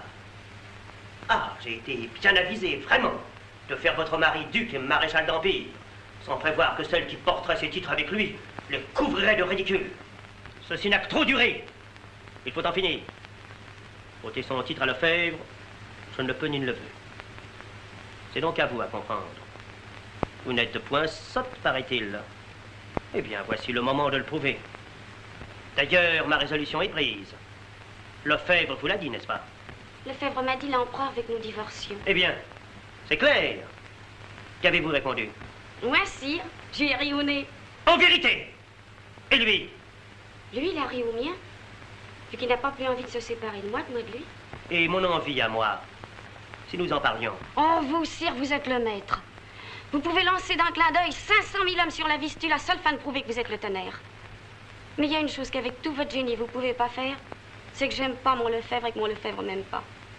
Et que si votre Majesté livre cette bataille-là, elle est bien sûre de la perdre. Et vous, madame, vous êtes bien audacieuse de le croire. Lefebvre obéira. Pour épouser votre princesse? Il ne sera jamais que le fils d'un meunier, un soldat de fortune et un parvenu. De la gloire, madame. Un parvenu, tout de même, pour ceux de l'Ancien Régime qui ont fait les frais de cette gloire-là. C'est bien comme votre Majesté. Avec ça qui vous porte dans le cœur tous les ci-devant qui vous font des courbettes. Parce que vous êtes le plus fort. Mais c'est pas ce monde-là qui vous aime. C'est le peuple de la campagne et de la rue qui vous est dévoué, comme moi je le suis à mon Lefebvre. Et ce dévouement-là, sire, qu'il soit celui d'un peuple ou celui d'une femme, quand on le tient, on le garde, car ça ne se retrouve pas. Mais ce n'est point dénué de sens, ce que vous dites. Il est fâcheux seulement que vos intempérances de langage aient provoqué, ce soir encore, un tel scandale. C'est bien le mot. Vous l'avouez. Voir les sœurs de votre Majesté mécaniser l'armée. L'armée? Dans ma personne, vu que moi aussi j'ai servi sous les drapeaux. Vous? Le bidon sur le flanc. Vivandière? Et c'est de ça que leurs altesses m'ont fait honte. Oh, stupide. C'est pas moi qui le dis. Mais, Vivandière où? Quand? Comment? Avec Lefebvre au 15e léger. Armée des Vosges? Armée des Vosges, armée de la Moselle, armée du Rhin. 36 mois de campagne, 12 combats. Mannheim, Frimont, Fleurus. Comment, vous étiez à Fleurus? Où ce que j'ai eu un an de tuer sous moi. Même que ce grand braque d'Augereau m'a cité à l'ordre du jour et embrassé devant tout le régiment. Une citation à l'ordre du jour? Mais c'est très bien, cela, très bien. Sans parler d'un coup de baïonnette au gras du bras. Et une blessure? Mais encore mieux. Mais comment se fait-il que Lefebvre ne m'ait rien dit de tout cela? Il aura cru que votre Majesté le savait. Pas du tout. Allons, allons. Nous allons concilier tout cela. Vous garderez vos galons, si bien gagnés. Et vous resterez la maréchale Lefebvre, duchesse de Danzig. Seulement, vous éviterez de paraître à la cour, où vous devez d'ailleurs vous sentir dépaysé et mal à l'aise. Quant à ça, je peux dire que ça ne me privera guère, pour ce que je m'amuse à votre cour. C'est d'un guindé, tout ça, et d'un raid. Les hommes, ils sont tous emboîtés dans leur collet à croire qu'ils ont avalé leurs pincettes. Évidemment, c'est moins gai qu'un bal de barrière. Pour sûr que c'était plus gai à la râpée du temps que j'étais blanchisseuse. Ah oui, je le savais. Satharie me l'a dit. Vous avez donc fait tous les métiers. Ça n'en fait jamais que deux. Celui-là est bien de trop. Vivandière, bon. Le drapeau anoblit tout. Mais blanchisseuse. Où, quand? À Paris, sire, en 91 et 92, où j'ai lâché la partie rapport aux mauvaises payes. Si je vous disais que dans ce palais, il y a un militaire qui a fait son chemin, celui-là, on peut le dire, Et qui me doit encore de ce moment-là une 60aine de francs que j'ai jamais osé lui réclamer. Ah, je vous le conseille. Ce serait d'un bel effet. Je me suis même autorisé de vous apporter sa note. Vous vous imaginez que l'empereur va régler vos comptes de blanchisseuse? Quand votre majesté saura le nom. Oh, vous êtes folle. Allons, il est minuit passé, finissant. Plaise à Dieu que tout le monde fasse comme votre débiteur, qui oublie sa dette et votre ancien métier. J'ai de quoi lui rafraîchir la mémoire avec Stolette ou qui me demande crédit. Citoyenne, cette fois encore, je ne puis vous payer. Vous ne m'en voudrez pas d'avoir pris mon linge. Je vous réglerai intégralement dès que j'aurai touché ma solde. Bonaparte. V'là ma mauvaise paye. En effet, attendez donc. Rue Sainte-Anne. Au coin de la rue des Orties. Mais parbleu, oui, je me souviens. Mais c'est votre nom que je cherche. Catherine Hubcher. Non, l'autre, un surnom. Ah oui, mais... Attendez. Madame Sans-Gêne. Vous y voilà. Comment, cette bonne fille si gaie? C'était moi. Ma voisine. Ce petit papier. Que de souvenirs il réveille en moi. Je me vois encore à mon 4e étage. 5e? Non, 4e. Non, non, 5e sous le toit. Mais c'est ma foi vrai. Quelle mémoire. Eh oui. Le passé fait la saveur du présent. Ah, mais... Maintenant, discutons la note. Comment? 40 francs, rien que pour du raccommodage? Oh, voyons, ce n'est pas raisonnable. Mon linge n'était pas si mauvais que ça. Bien plus mauvais encore. Enfin, ne marchandons pas. Nous disons donc que Bonaparte vous doit 3 Napoléons. Eh bien, ma chère, c'est une fatalité. Je ne les ai pas sur moi. Qu'à cela ne tienne, je peux vous faire encore crédit 24 heures. Merci.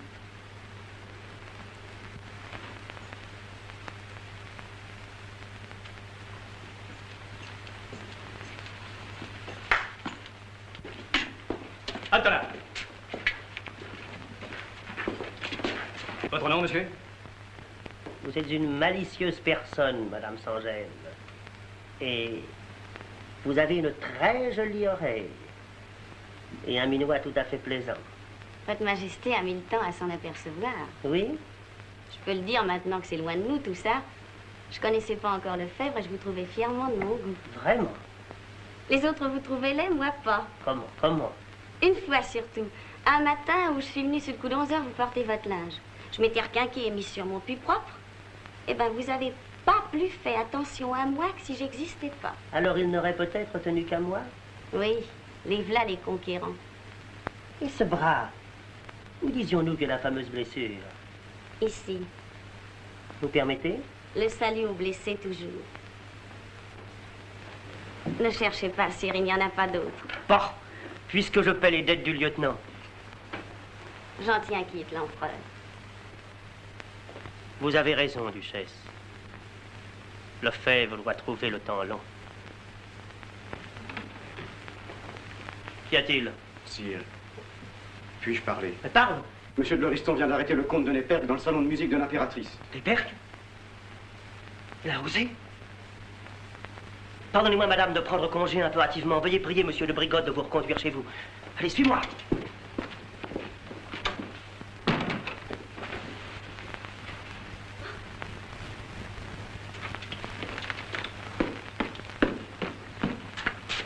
Vous! À cette heure, ici!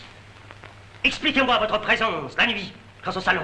Je n'ai pas voulu partir sans prendre congé de l'impératrice. En vérité, à minuit. Votre Majesté ne m'a pas laissé le choix de l'heure où je pouvais prendre les ordres de ma souveraine. Et quels ordres avez-vous à recevoir de l'impératrice? Ce qu'elle a seule le droit de me donner. Vous dites? Je ne suis ni le valet ni le sujet de votre Majesté. Je suis officier au service de Sa Majesté l'Empereur d'Autriche. Et c'est à ce titre seul que je dois tout mon dévouement à l'archiduchesse Marie-Louise. Et c'est à ce titre aussi que vous prenez le droit de vous introduire clandestinement chez elle, à pareille heure. Eh bien, mon devoir à moi qui vous surprend la nuit à sa porte est de vous traiter comme un bandit pris sur le fait. Vous en avez le pouvoir. Et j'en use. Lauriston, qu'on emmène monsieur. Du moins, traitez-moi en soldat. Et puisqu'il est convenu qu'on m'assassine, faites-moi fusiller lâchement comme le duc d'Enghien. Ce serait trop d'honneur pour un misérable qui déshonore son grade en m'insultant et qui mérite qu'on lui en arrache les insignes pour l'en souffler. Fais-le donc! Un vrai corse! Du brisson de couteau! Je devrais vous faire étrangler avec ceci. Et par égard pour votre maître, j'y renonce. Monsieur a levé l'épée sur moi. Mandez sur le champ à Savary Lefebvre, qu'on en finisse avant le jour. Sire, sire, non, non, pas ça, je vous en supplie. Votre place n'est pas ici, madame. Sire, c'est votre honneur que je défends. Par pitié pour ceux qui vous aiment. Assez! Emmenez, monsieur.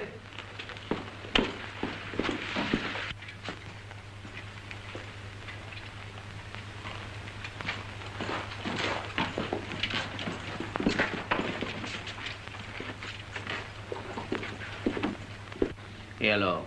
Ils l'ont enfermé au poste de garde du palais. Oh, Napier, jamais de chance.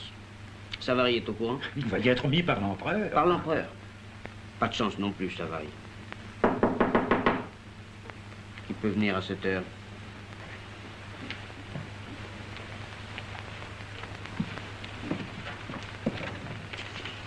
Retourne au palais et tiens-moi au courant. À vos ordres.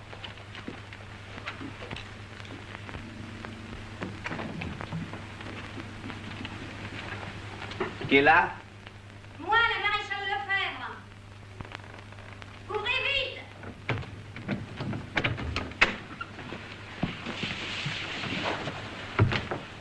Comment, vous, duchesse, ici, à cette heure? Mon cher duc, pardonnez-moi de vous avoir fait lever en pleine nuit. Point. Je veillais. Il vient d'arriver malheur à Napier. Je sais Vous savez? que son cas est désespéré. Et c'est pour le sauver que je viens vous chercher. Moi? Mais ma bonne amie, qu'ai-je à faire dans cette aventure? Monsieur de Napier n'est pas mon ami. Son salut m'importe peu. L'impératrice me déteste.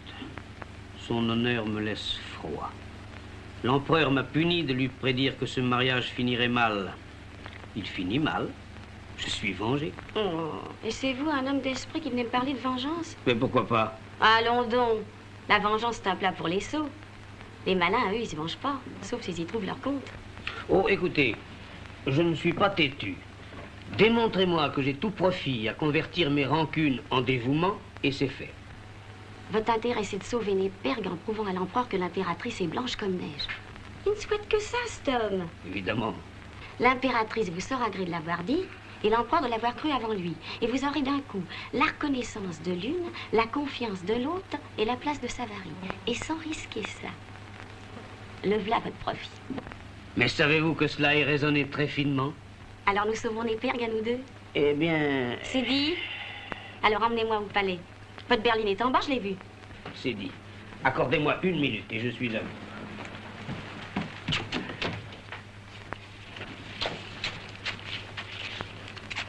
D'abord, à tout prix, il faut ajourner l'exécution. Oui, mais voilà. Par quel moyen? Au lieu d'exécuter Napier la nuit, comme un galant pris sur le fait, de le faire fusiller en plein jour à Grenelle comme conspirateur. Qu'on le fusille? Attendez donc. Je vous expliquerai ça en voiture. Pardon.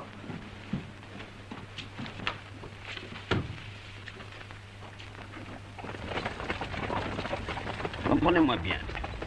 Admettons que Napier est conspiré. Donc, il a des complices. D'où nécessité de surseoir à l'exécution et de coffrer Napier à Vincennes. L'impératrice se justifie, Metternich intervient. L'empereur s'apaise, pardonne et le tour est joué. Mais cette conspiration, il n'y en a pas. Il y en a toujours. Une police qui se respecte en a constamment une au moins en réserve dans ses bureaux. J'en ai 2, moi, dans mes cartons, 2 toutes prêtes. Et on arrêtera ces malheureux qui n'ont rien fait. Bah, 2 ou 3 subalternes pour la forme que je fais relâcher dans les 24 heures faute de preuves. À moins qu'on en trouve. Ce qui serait assez piquant. Mais de toutes les façons, Napier est sauvé. Alors ça, comme astuce? Ça vous étonne? Non, pas. Et vous évitez à l'empereur un crime? Disons plus. Une faute. Sire, je ne suis pas un politique, je ne vous parle qu'en soldat. Mais que pensera l'empereur d'Autriche de l'exécution d'un de ses diplomates? Une exécution sans débat, sans jugement. Le tsar cherche des alliés contre vous. Il exploitera cet incident pour rallier l'empereur à sa cause. Cela, c'est mon affaire. Toi, Lefebvre, obéis. Qu'y a-t-il? Sire, son Excellence, le duc d'Otrante insiste pour obtenir une audience de votre Majesté. Je n'ai pas le temps, ce n'est pas le moment. Il s'agit d'un complot, paraît-il. Voilà bien mon Fouché, qui a toujours une conspiration dans sa poche pour essayer de se rendre utile. Qu'il aille au diable. C'est Savary dont j'ai besoin. Il n'est pas encore là? Pas encore, sire.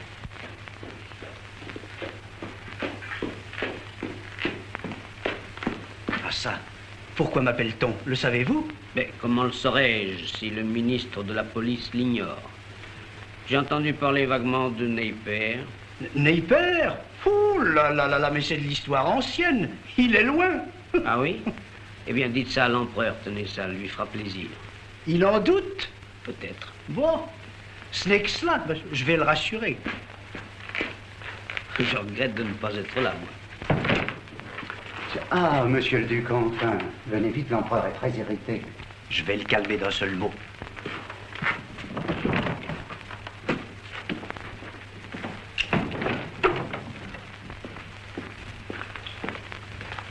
Excellence, Sa Majesté vous remercie vivement, mais elle n'a absolument pas le temps de recevoir votre Excellence. Alors, il faut toujours tout vous apprendre. Sire, comment aurais-je pu soupçonner? Soupçonnez, monsieur. Tout est là dans les fonctions que vous remplissez.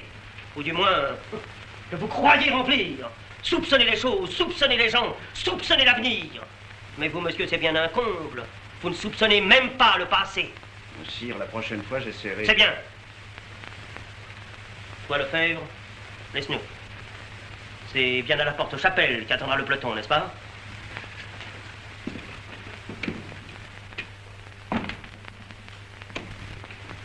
Vous n'avez pas d'imagination, monsieur. Mais peut-être avez-vous de la mémoire. Rappelez-vous donc les instructions que je vais vous donner. Mais en définitive, qu'a décidé l'empereur? Ce qu'il a décidé? Qu'il n'y aurait ni conseil de guerre, ni jugement. La voiture de Savary le prendra pour le conduire au peloton d'exécution, celui que je dois former. Et dans 1 heure, tout sera fini, voilà. Tonnerre, va. Faut-il que ça tombe sur moi? Et t'as pas pu dire à l'empereur? Est-ce qu'il écoute? Il m'a imposé silence, et comme il avait sa voix des mauvais jours, j'ai dû me taire. Et l'impératrice adore celle-là pendant qu'on va fusiller un homme à cause d'elle. Minute, je vais la prévenir. Tu es folle? Folle ou pas, je la préviens. Y'a qu'elle maintenant pour sauver ce malheureux. Elle te connaît à peine. Elle me connaîtra. Que vas-tu lui dire? Je lui dirai tâchez de vous secouer un peu et de tirer de là votre ami d'enfance. Mais si l'empereur apprend? Il me fusillera pas, sport. Et puis quand même, j'y vais. Catherine! Bah, laissez-la faire. Il y aurait peut-être encore un moyen. Ah? Lequel?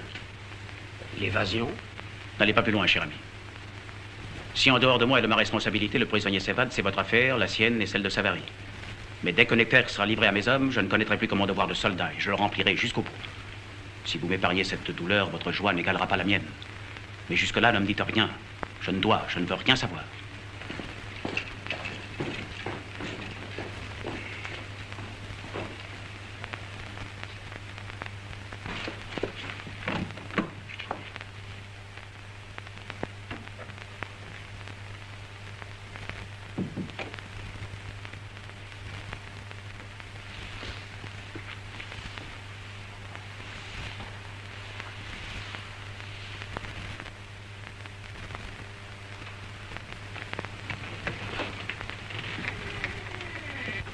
Sais-tu quels sont les policiers de l'escorte? Barbier, Cognard, Batigny et la Mouche. Et le cocher? Il est à nous? Non. Arrange-toi. Fais ce qu'il faut.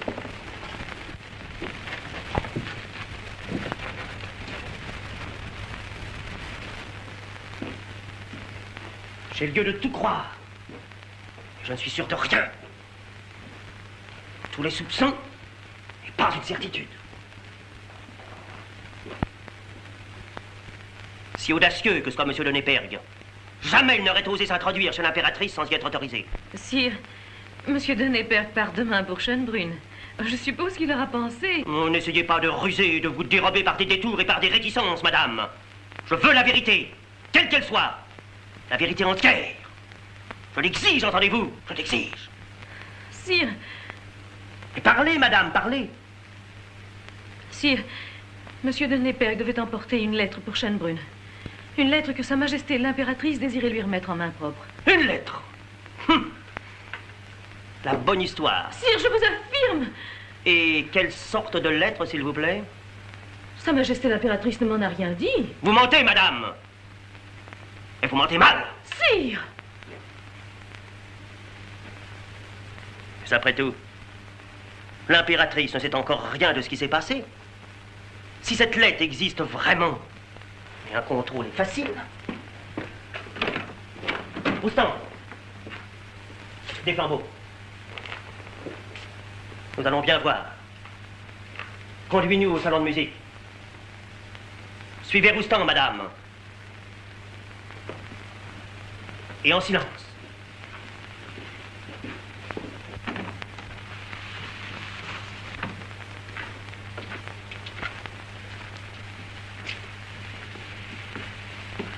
Pose le flambeau et laisse-nous.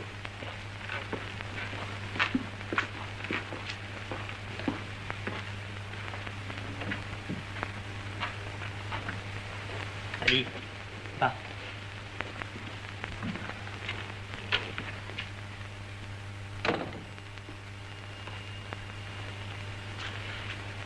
Je veux reprendre les choses là où l'arrestation de M. de Népergue les a interrompues. Vous allez entrer chez l'impératrice. Et par l'ordre qu'elle va vous donner, tout ce que l'on me cache, c'est elle-même qui va me l'apprendre. Je ne vous quitterai pas du regard. Pas un mot, pas un geste suspect. Allez.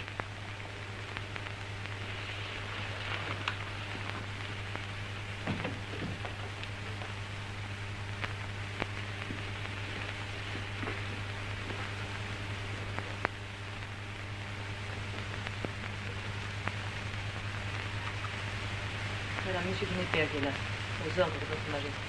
Remettez-lui ceci. Bien, madame.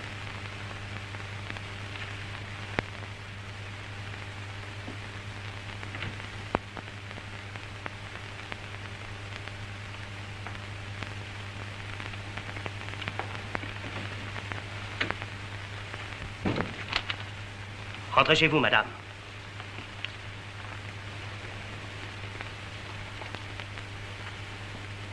Pour son père?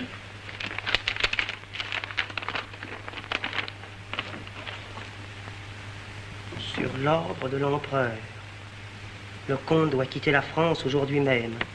Au motif politique qu'il pourra vous donner de cette décision, s'en ajoute un plus grave d'ordre privé. S'autorisant des relations d'amitié qui nous liaient à Schönbrunn, M. de Népergue me témoignait une assiduité dont l'empereur a fini par prendre ombrage. Je vous prie donc de veiller à ce que le comte séjourne désormais à Vienne et que, dans son intérêt comme dans le mien, il ne revienne jamais en France. Par là, vous rendrez un signalé service à votre fille respectueuse et soumise, Marie-Louise. Ça alors? Vous ici, madame? Monsieur, c'est bien malgré moi que j'ai été indiscrète. Mais je suis tellement contente. Et pourquoi cela, je vous prie? Parce que je leur ai parié qu'il n'y avait rien entre eux. Sire, monsieur le duc de Rovigo. Ah, qu'il entre vite! Sire, j'ai fait diligence. C'est fait. Ils l'ont tué. Votre Majesté est vengée. Qui vous dit que je vais l'être? Comment? Cet homme est innocent. Je ne savais pas. Oh, vous savez jamais rien. Sire, vous avez donné des ordres et j'ai mis tout mon zèle. Mais vous n'êtes zélé que pour ces choses-là et toujours trop pressé. Mais sire, ce que je viens de faire... est stupide! Vous agissez toujours ou trop tard, ou trop tôt. Comme pour le duc d'Enghien. Le hasard, ce n'est pas que vous vous trompiez, c'est que vous ne vous trompiez pas. C'est à croire que la nuit, vous imaginez dans vos rêves les erreurs que vous commettrez le lendemain. À partir de ce matin, monsieur, vous n'êtes plus ministre de la police. Aux ordres de votre Majesté.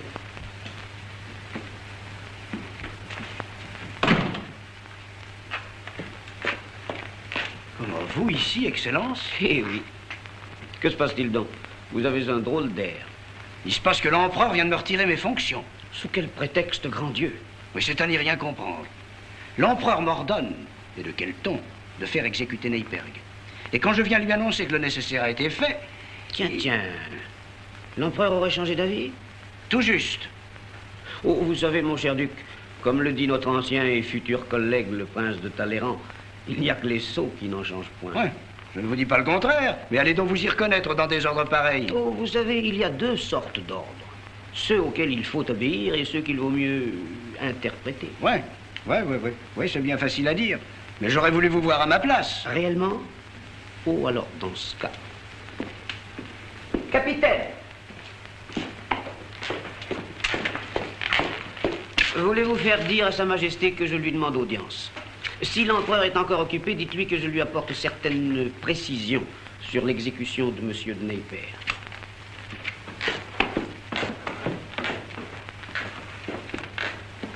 Comment, sur l'exécution de Vous me permettrez d'en réserver la confidence à Sa Majesté. Secret d'État, mon cher duc. Vous savez ce que c'est?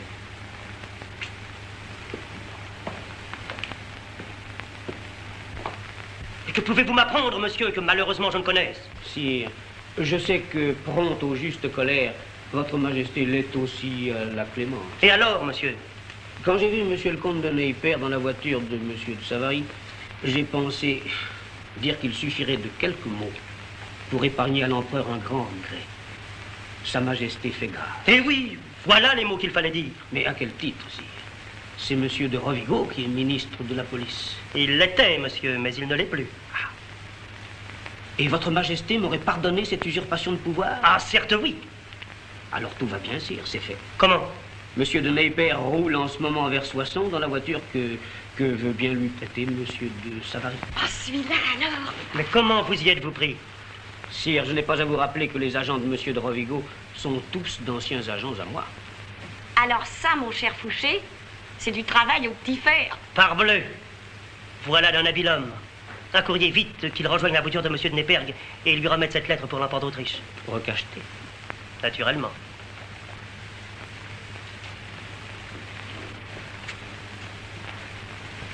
Sire, est-ce une simple mission? Non. C'est une rentrée en fonction. Je ne veux pas priver plus longtemps de fidèles policiers d'un chef aussi adroit. N'importe, duc d'Otrante, vous risquiez gros si je ne m'étais pas décidé à la clémence. Le cas était prévu, sire. Je rattrapais notre homme à Soissons. Décidément, vous pensez à tout. C'est ma fonction. À demain, mon cher ministre.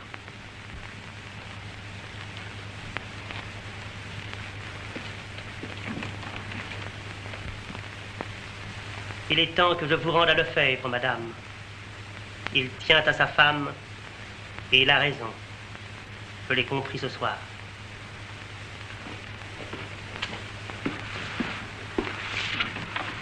Roustan, un flambeau.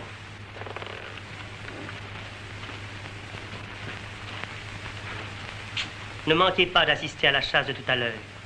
Je veux vous y donner un témoignage si éclatant d'estime et d'amitié que ceux qui ont médit de vous se le tiendront pour dit.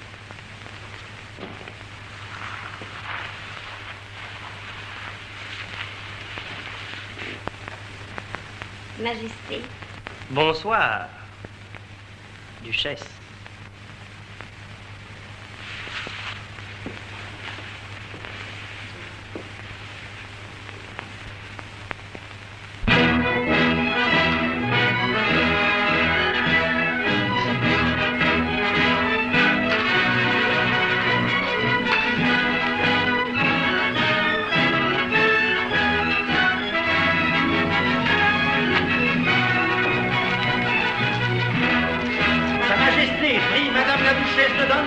De bien vouloir prendre place à son côté.